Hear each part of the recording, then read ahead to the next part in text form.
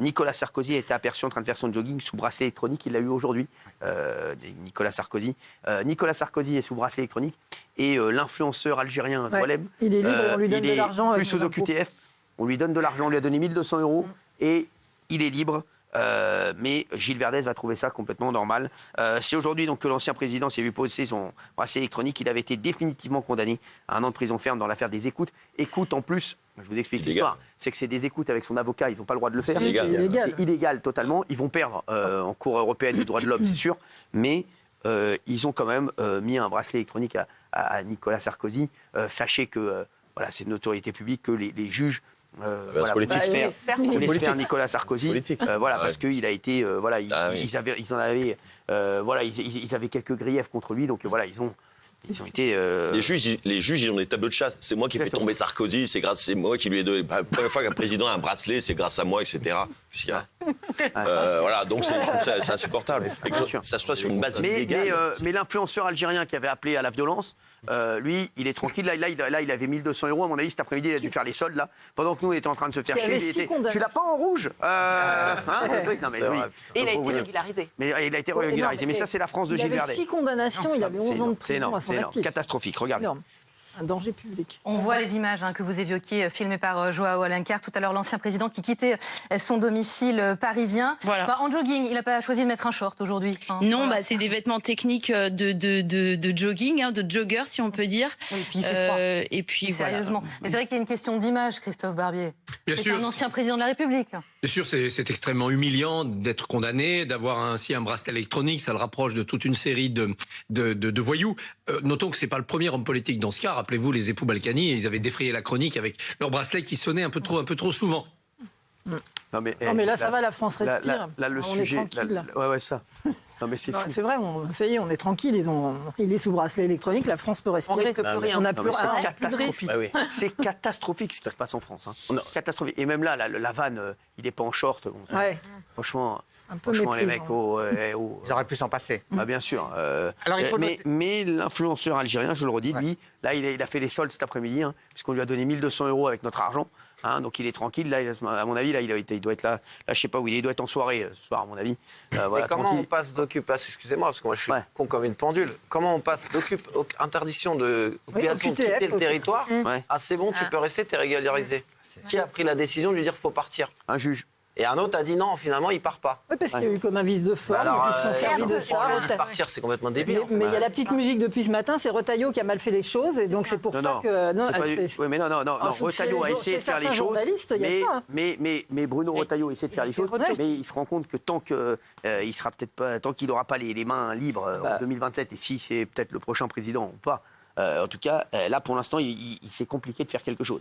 Mais, pour répondre à Raymond, c'est le tribunal administratif de Melun qui a décidé d'annuler les obligations de quitter le territoire qui pesaient contre lui. Voilà. Mais je vous dis... Comme Raymond, je suis peut-être con comme une pendule, mais je ne comprends pas comment... dehors, on a des voleurs, des violeurs, des agresseurs, des cambrioleurs. Et là, on appose un bracelet électronique à un ancien président de la République. On pense qu'on veut Nicolas Sarkozy. Moi, il y a plein de gens qui me disent aussi... qui sont choqués par la vanne, là.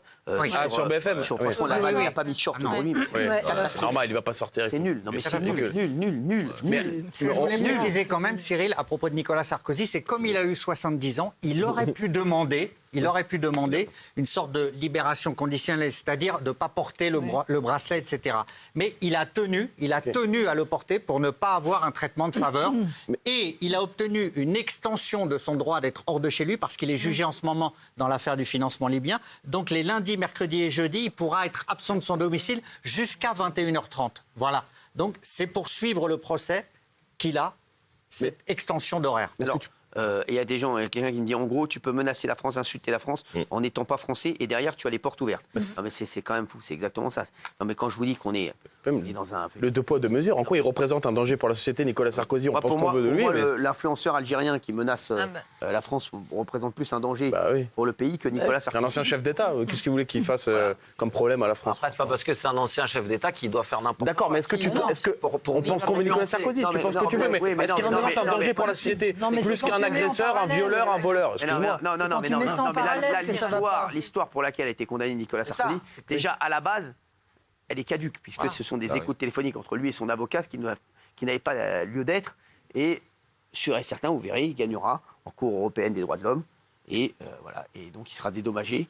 Et qui va payer Non, mais on va peut-être. Ah oui. là où c'est vrai, c'est que ça Pour donne les erreurs vraiment des l'image d'une justice complètement politisée et idéologisée. C'est-à-dire qu'on va protéger les ennemis de la République et ça, c'est un vrai point.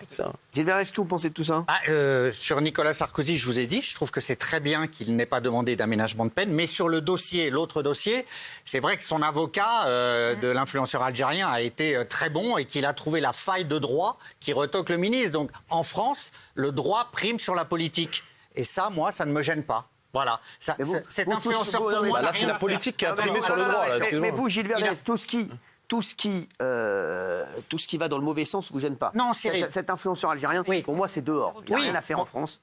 On le dégage, terminé. Merci, on le raccompagne tranquillement à l'aéroport. S'il veut, je le fais moi. Mais je vais me faire la route. Je l'amène. Non, mais c'est bon, je le ramène à l'aéroport. Il prend son avion, il retourne en Algérie et il arrête de faire chier le monde. Voilà, pour moi. C'est aussi simple que ça, je vais vous dire. Mais en France, tu as toujours des trucs, tu as toujours des mecs qui viennent te mettre des bâtons dans les roues. Pour moi, c'est dehors, directement, merci, au revoir. Et la justice aide le ministre de l'Intérieur à se débarrasser d'un garçon dangereux sur le territoire français. On a eu tellement de drames dernièrement que je pense qu'au contraire, il devrait se dire, là, il faut qu'on ne prenons pas de risques, dégageons-le, c'est beaucoup mieux. Voilà. Et puis il faudrait qu'Algérie reprenne ses ressortissants qui nous posent des problèmes. Voilà. Surtout, Gilles vient de dire une dinguerie quand même. Il vient de dire dans ce pays, mais il dit toujours une dinguerie. il vient de dire le droit prime sur la politique. Mais tu vois bien que dans l'exemple de Nicolas Sarkozy, c'est l'inverse. C'est la politique qui a primé sur le droit. Ça, c'est votre opinion. Mais non, bien sûr que si. En quoi il représente un danger pour la société, Gilles? Il dit, non, mais un ancien chef d'État. Tu l'as très bien dit, c'est la politique qui prime sur le droit, puisque Nicolas Sarkozy, c'est une décision purement politique. Voilà, parce que son histoire, elle tient pas debout. Même sans préjuger de la décision. Mais ça passe crème. Mettre un bracelet à un ancien chef d'État. Il y a plein de choses qui passent tranquilles en France, voilà. On fait des écoutes qui n'ont pas lieu d'être. On condamne quelqu'un sur des écoutes qui n'avaient pas lieu d'être. Mais tranquille, on continue. Allez, on continue. Il a un bracelet électronique, c'est pas grave. De show must go on. On continue, merci. Et on laisse l'influenceur algérien qui a menacé la France, on le laisse tranquille en train de s'acheter des affaires. Là, actuellement, il est chez Kiabi, là, en train de faire la mode à petit prix. Non mais les mecs, non mais c'est bon. Faut arrêter. Il est chez Tony Boy, le gars, ou chez Newman.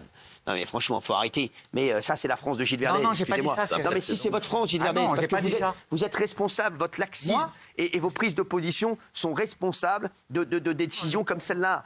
Moi, je suis désolé. Moi, je trouve qu'on discute trop. Moi, cet influenceur algérien, moi je vous dis, moi, cet été de moi, c'est dehors.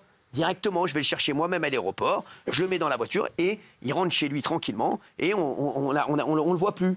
Voilà, c'est terminé. Il est hors d'état de nuire. Vous savez, quand on joue au Monopoly, quand on va en prison, on passe pas par la case départ et on prend pas les 20 000 €, d'accord? Et ben voilà, lui, il dégage, voilà, c'est tout. Il est hors jeu. Terminé. Au foot, quand vous prenez un carton rouge, vous sortez du game. Voilà. Mais là, il a eu une récompense. Il a une récompense, il a gagné 1 200 €. Non, ce qui est très inquiétant, c'est qu'en fait, pour une fois, on a un duo ministre de l'Intérieur, ministre de la Justice, qui a l'air d'aller dans le même sens, qui est quand même assez rare, et on n'y arrive pas. Donc moi, je dis qu'avec cet exemple-là, la France est foutue, quoi. Hein, Géraldine, je suis pas sûr que ce soit la folie.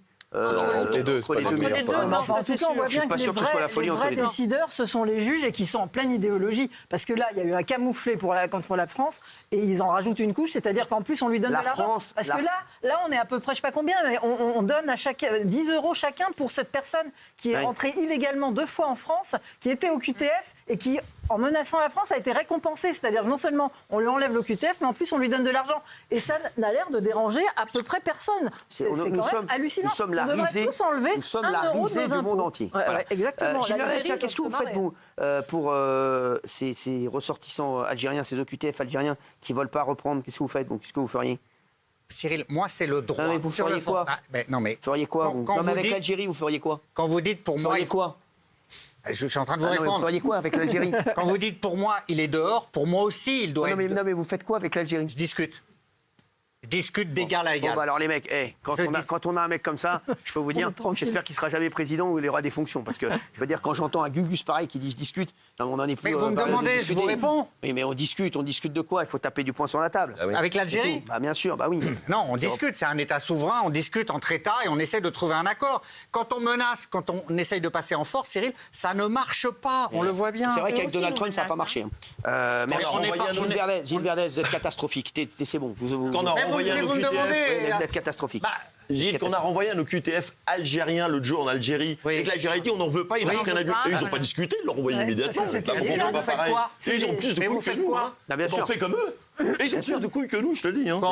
C'est-à-dire qui ça? Bah l'Algérie. Ah bien sûr qu'ils ont plus, bien sûr. Ah mais l'Algérien, je peux te dire, ils ont le gouvernement algérien, ils sont vraiment pour des cons. Ils sont plus malins. Faut discuter. C'est bon.